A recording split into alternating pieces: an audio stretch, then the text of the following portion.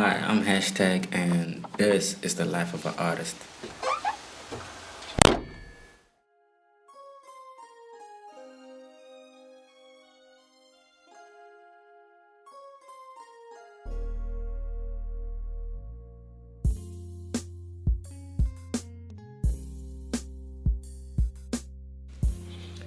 Okay.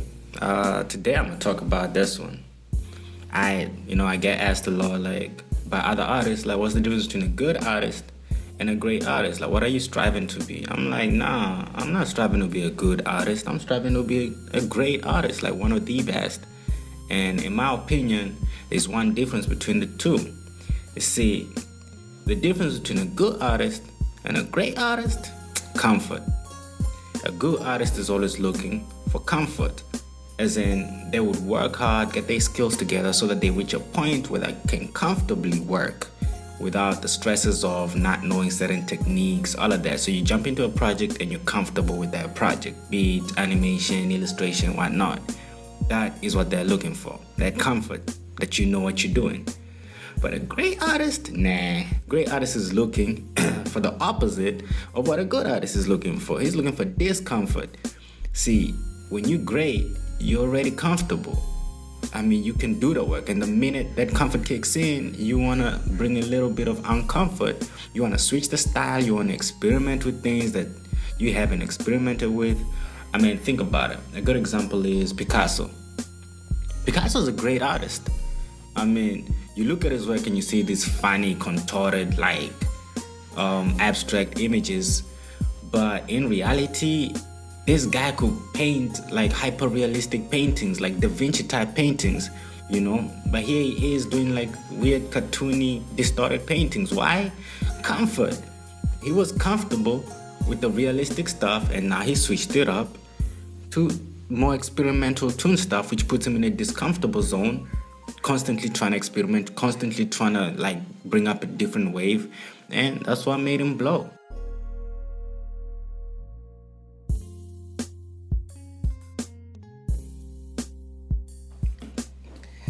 Now, I'm not a great artist, but I'm striving to become one, and I got this crazy roadmap of how to get there. So here's the thing. Yeah, I was born with the talent, right? Since I was a kid. So I was born with the talent, but I kind of developed it over time and stuff like that, but it didn't really develop as much. So basically, like my entire artistic journey, I was a whack artist. And I believe like that's the first stage of being an artist. You gotta be a whack artist first. Ain't nobody starting up tight. Alright, so I was a whack artist for a while. Everybody telling me I'm whack, blah, blah, blah, blah. It's all good. Until I went to the next level of being an artist. And that's when I ditched college and tried to do this thing professionally. And I became a starving artist, which is kind of sexy though. But yeah, that didn't flow well with the finances, if you get what I'm saying.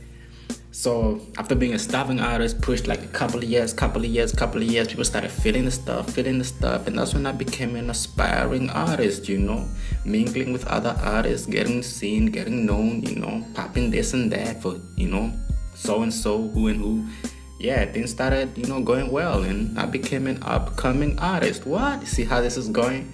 So as an upcoming artist, like, I would say that's when I dropped Tuesday and all that, and started putting out a lot of tunes. I did the Uncle Bob advert. That was cool. And that led me to being what I would say a dope artist, which is a good artist, Like my stuff is, not bragging or anything, but I would say it's good. I like it. Yeah, so I've been a dope artist for a while, and I'm trying to keep things dope, learn new things, trying to be that good. So, which leads me to the next level of being an artist, and that's a blown artist. See, I'm still trying to blow. I don't know. I ain't blown yet. Somehow I have to blow. I gotta make those million views, like million followers on Facebook and Twitter. I'm not really on Twitter.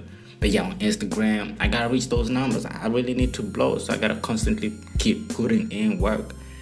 And I'm hoping after I blow, I could become a commercial artist, Yeah, I know this sounds familiar. It's like I'm talking about rappers, but yeah, come on. Different game, same strategy. So as a commercial rapper, that's when I feel I'll be making a hell lot of money out of the art that I'm doing. And after you become a commercial artist, after that, you're gonna become a controversial artist, which is not part of the roadmap, but the good and the bad, right? Take the good and the bad. So as a commercial artist, as a controversial artist, yeah, everybody goes through that. Like, the media will start hitting you up with things you ain't never seen, you ain't never heard, and suddenly you're being put in cases you don't even understand, and you gotta be ready for that. And if you have enough controversial projects out there, then you become a great artist, I mean, look at Yeezy.